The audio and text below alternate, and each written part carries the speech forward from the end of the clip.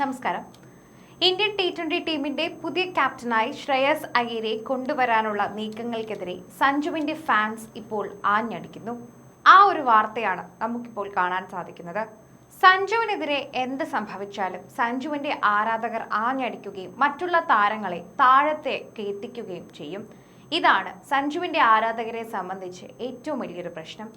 IPLന് ശേഷം സൂര്യകുമാർ യാദവിനെ നായകസ്ഥാനത്ത് നിന്നും പുറത്താക്കുമെന്നും പകരം ശ്രേയസ് ആയിരിക്കും പുതിയ ക്യാപ്റ്റനെന്നും ടൈംസ് ഓഫ് ഇന്ത്യയാണ് ആദ്യം റിപ്പോർട്ട് പുറത്തുവിട്ടത്. വരാനിരിക്കുന്ന അയർലൻഡ്, ഇംഗ്ലണ്ട് പര്യടനത്തിലെ T20 പരമ്പരകളിൽ ശ്രേയസിന് കീഴിലായിരിക്കും ഇന്ത്യ ഇറങ്ങുകയെന്നും IPLൽ ശ്രദ്ധേയമായ പ്രകടനം നടത്തിയ ചില യുവതാരങ്ങൾക്കും ടീമിലേക്ക് വിളിയെത്തുമെന്നും റിപ്പോർട്ടുകൾ ഉണ്ടായിരുന്നു. ഇതിനു പിന്നാലെ തന്നെയാണ് ഇപ്പോൾ ഇത് നടക്കുന്നത്. അതിനിടെ ശ്രേയസിനെ ക്യാപ്റ്റനാക്കുന്നതിൽ സഞ്ജുവിന്റെ ആരാധകർ സോഷ്യൽ മീഡിയയിൽ വിമർശനങ്ങളുമായി രംഗത്ത് വരികയായിരുന്നു. ഇന്ത്യൻ ക്രിക്കറ്റ് ടീമിൽ എന്താണ് സംഭവിക്കുന്നത്? T20യിൽ പോലും ഇല്ലാത്ത ഒരു കളിക്കാരനെ പെട്ടെന്ന് ക്യാപ്റ്റൻസിയിലേക്ക് പരിഗണിക്കുന്നു. അതേസമയം ഇന്ത്യയെ T20 ലോകകപ്പ് കിരീടത്തിലേക്ക് നയിച്ച വ്യക്തിയെക്കുറിച്ച് ചർച്ച പോലും നടക്കുന്നില്ല. എന്തുകൊണ്ട്? T20യിൽ ശ്രേയസ് അയ്യർ എന്താണ് ഈ ഹൈപ്പ് അർഹിക്കുന്നത്?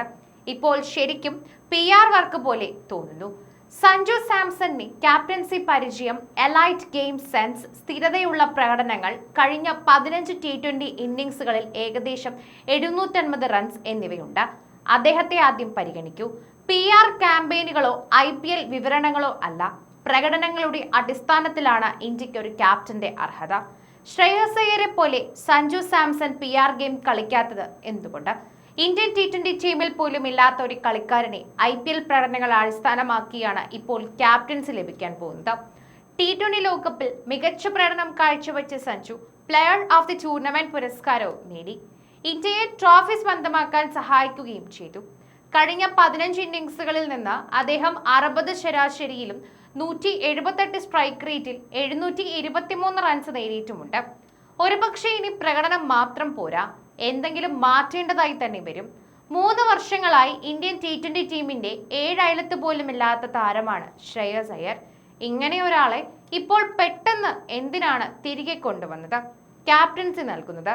ഇപ്പോഴത്തെ ടീമിൽ നായകർക്ക് അത്രയും ദാരിദ്ര്യമുണ്ടോ? കഴിഞ്ഞ കുറച്ചു കാലമായി T20 ടീമിനൊപ്പം സഞ്ചരിക്കുകയും വൺമാൻ ഷോയിലൂടെ ഇന്ത്യൻ ലോകകപ്പ് ജേതാക്കളുമാക്കി മാറ്റിയ ഒരാളാണ് സഞ്ജു സാംസൺ. അതിനാൽ തന്നെ ശ്രേയസിനേക്കാൾ ക്യാപ്റ്റൻസിക്ക് അർഹതയും അദ്ദേഹത്തിന് തന്നെയാണ്.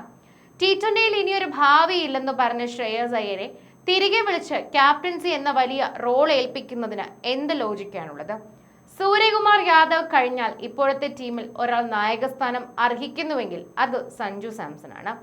അദ്ദേഹം ടീമിനെ എത്രമാത്രം വിലമതിക്കാനാവാത്ത താരമാണെന്ന് കഴിഞ്ഞ T20 ലോകകപ്പ് തെളിയിക്കുകയും ചെയ്തിരുന്നു. എന്നിങ്ങനെയാണ് സോഷ്യൽ മീഡിയയിലെ വിവിധ ആരാധകരുടെ പ്രതികരണങ്ങൾ.